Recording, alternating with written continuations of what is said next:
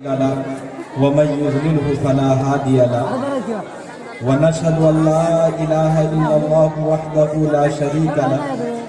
ونشهد أن محمدا عبده ورسوله أما بعد فقد قال النبي صلى الله عليه وسلم يوشك الأمم أن تداعى كما تداعى الأكلة إلى قصعتها قال قائل من قلة نحن يومئذ يا رسول الله قال بل أنتم كثيرون ولكنكم غثاء كغثاء السيل ولينزعن الله من صدور عدوكم المهابة منكم وليقذفن الله في قلوبكم وليقذفن الله في قلوبكم الوهن فقال قائل ما الوهن يا رسول الله قال حب الدنيا وكراهية الموت أو كما قال عليه الصلاة والسلام. حاضرین گرامی قدر، اسٹیج پر تشریف فرما حضرات علماء کرام، بزرگان نظام اور ہمارے عزیز دوستوں اور بھائیوں، سب سے پہلے میں مبارکباد پیش کرتا ہوں کہ آپ نے اتنا خوبصورت سا پروگرام سجانے کے لیے محنت کی، جد و جہد کی، اور اس کے لیے آپ نے جانی اور مالی قربانی پیش کی. یقیناً دینی کام کے لیے وقت لگانا، محنت کرنا، اس میں مالی اعتبار سے یا بدنی اعتبار سے اپنا تعاون پیش کرنا،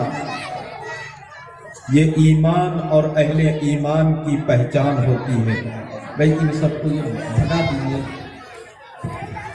دیکھیے بھائی، اگر آپ لوگ کو نہیں سننا ہے تو آپ گھر چلے جائیے، خواہ مخواہ میں نیند کو خراب کر رہے ہیں. اگر سننا ہے تو بیٹھ جائے، نہیں سننا ہے تو آپ گھر جا سکتے ہیں، اجازت ہے.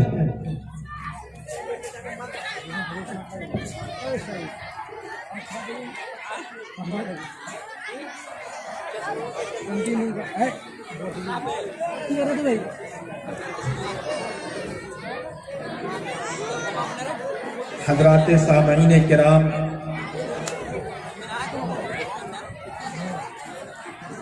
اس وقت مسلمانوں کی جو حالت ہے وہ کسی سے ڈھکی چھپی نہیں ہے. پوری دنیا میں مسلمانوں کو پریشان کرنے کی سازشیں رچی جا رہی ہے، مسلمانوں کو ہراساں کرنے اور ان کو اس صفحے ہستی سے مٹانے کی ہر طرح کے ہتھ کنڈے اپنائے جا رہے ہیں. خاص طور پر ہمارے ملک ہندوستان کے اندر مسلمانوں کو پریشان کرنے اور ان کو ان کی تہذیب اور ان کی شناخت سے دور کرنے کے ہر ممکن کوشش کی جا رہی ہے. یہی وجہ ہے کہ کبھی مسلمانوں کے خلاف زہر افشانی کی جاتی ہے، کبھی مسلمانوں کے دین شریعت کے خلاف قانون بنایا جاتا ہے، کبھی طلاق مخالف بل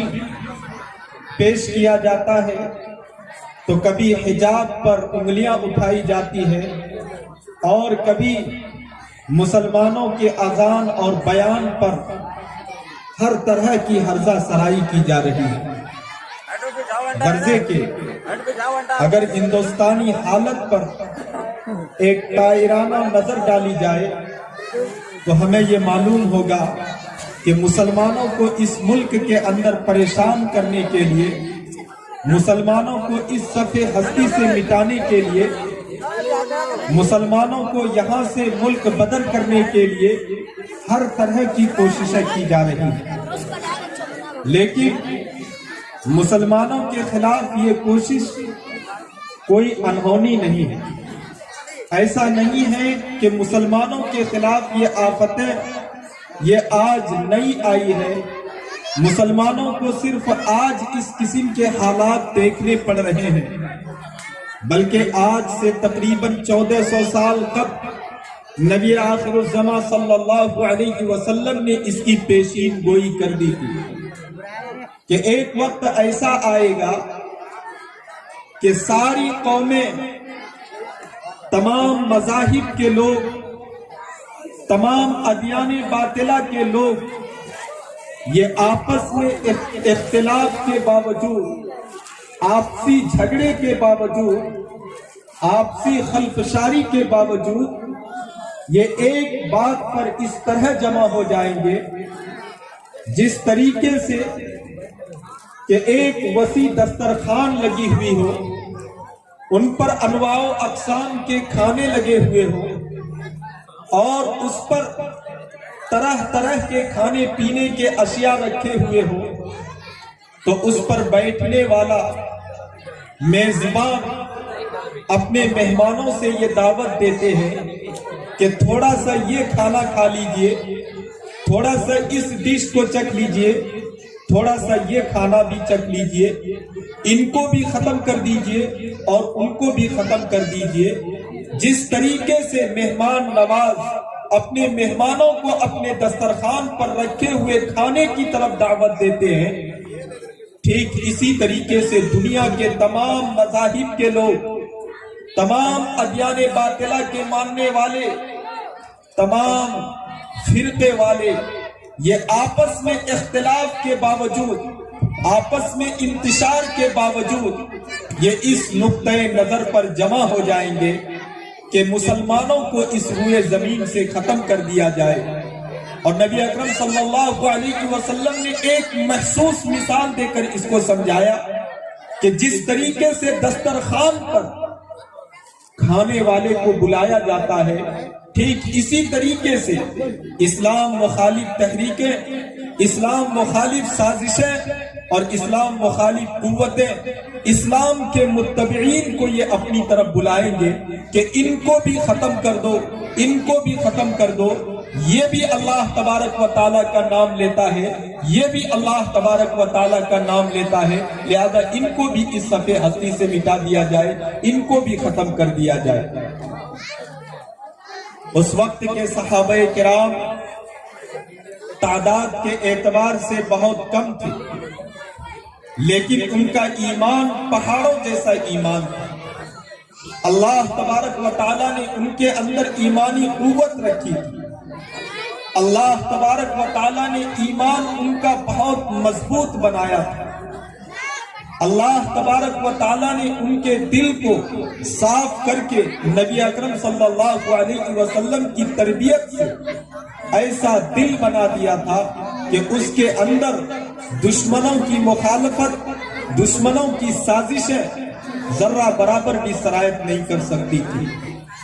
اس وقت کے صحابہ کرام کو یہ حالت سن کر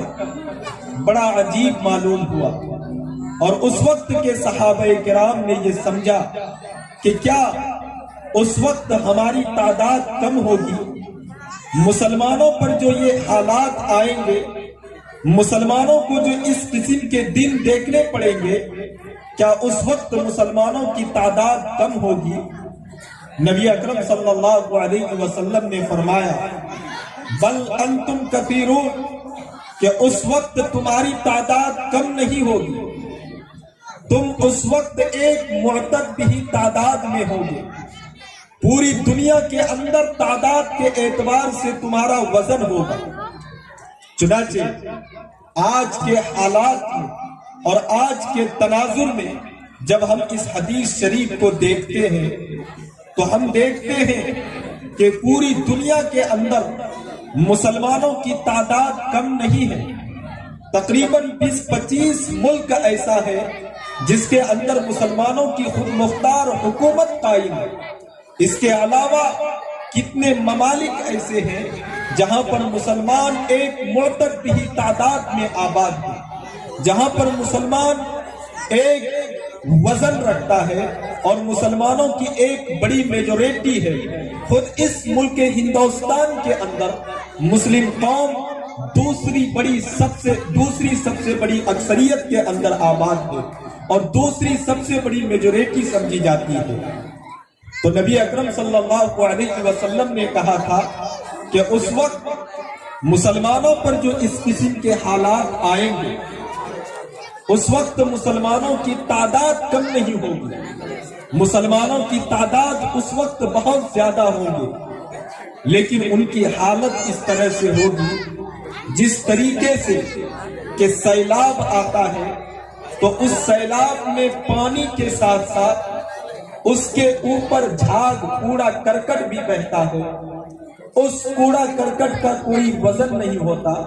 ان کی کوئی حیثیت نہیں ہوتی ہے. پانی کی لہر ادھر سے آتی ہے تو وہ اس کوڑا کرکٹ کو اس کنارے سے بہا کر اس کنارے پر لے جاتی ہے. اسی طریقے سے اس کنارے سے پانی کے تھپیڑے جب ان کو لگتے ہیں تو وہ ادھر سے بہ کر اس کنارے پر چلے آتے ہیں, ان کا کوئی وزن نہیں ہوتا. ٹھیک اسی طریقے سے اس وقت مسلمانوں کا کوئی وزن نہیں ہوگا, مسلمانوں کی اس وقت کوئی حیثیت نہیں ہوگی. تعداد کے اعتبار سے تو وہ بہت بڑے ہوں گے لیکن ان کی حیثیت نہیں ہوگی, ان کے اندر جو وزن ہونا چاہیے وہ وزن نہیں ہوگا. اس کے بعد نبی اکرم صلی اللہ علیہ وسلم نے فرمایا وَلَيَنزِعَنَّ اللَّهُ مِن صُدُورِ عَدُوِّكُمُ الْمَهَابَةَ مِنْكُمْ کہ اور اس وقت دشمنوں کے دل میں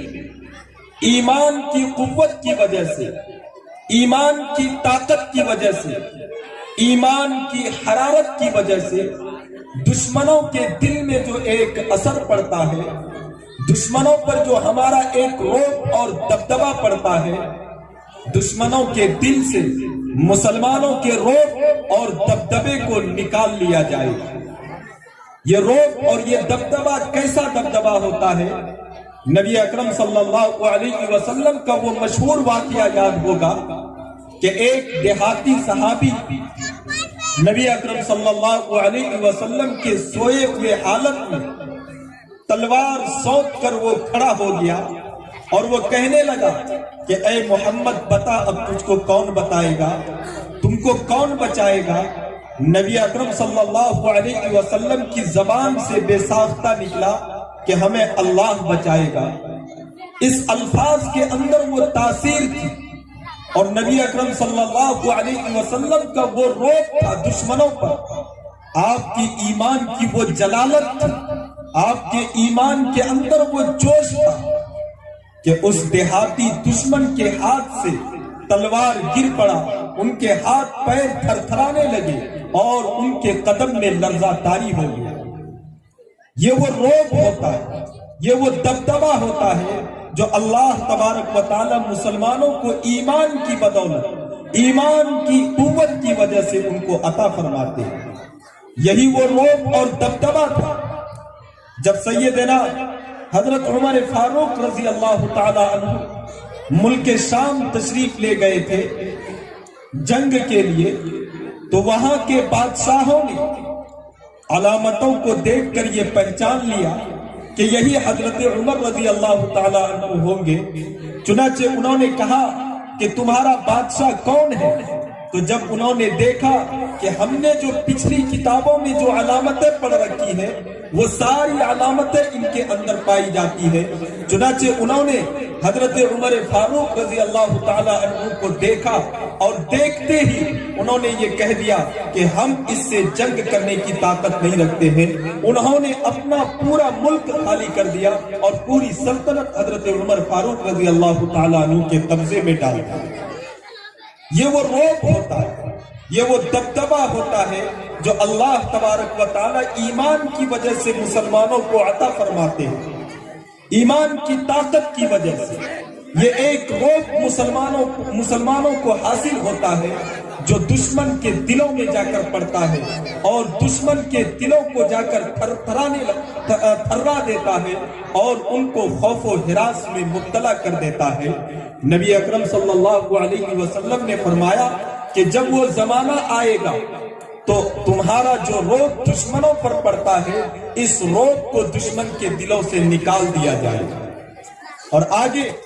نبی اکرم صلی اللہ علیہ وسلم نے فرمایا کہ مسلمانوں کے دلوں میں تمہارے دلوں میں وہن داخل کر دیا جائے گا۔ اس وقت کے صحابہ کرام کے لیے یہ جملہ عجیب تھا، انہوں نے اس کا مطلب نہیں سمجھا، اس لیے صحابہ کرام نے نبی اکرم صلی اللہ علیہ وسلم سے پوچھا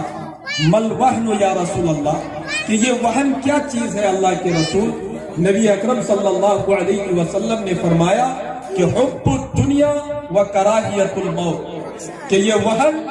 دنیا کی محبت اور موت سے ناپسندیدگی، یعنی مسلمانوں کی تعداد بہت زیادہ ہوگی، اس زمانے میں مسلمانوں کی تعداد کثیر ہوگی، لیکن ان کی حیثیت جھاگ کے مانند ہوگی، اور مسلمانوں کا جو روب دشمن پر پڑتا ہے اس روب کو اللہ تبارک و تعالی دشمن کے دلوں سے نکال دیں گے، اور اس کی وجہ یہ ہوگی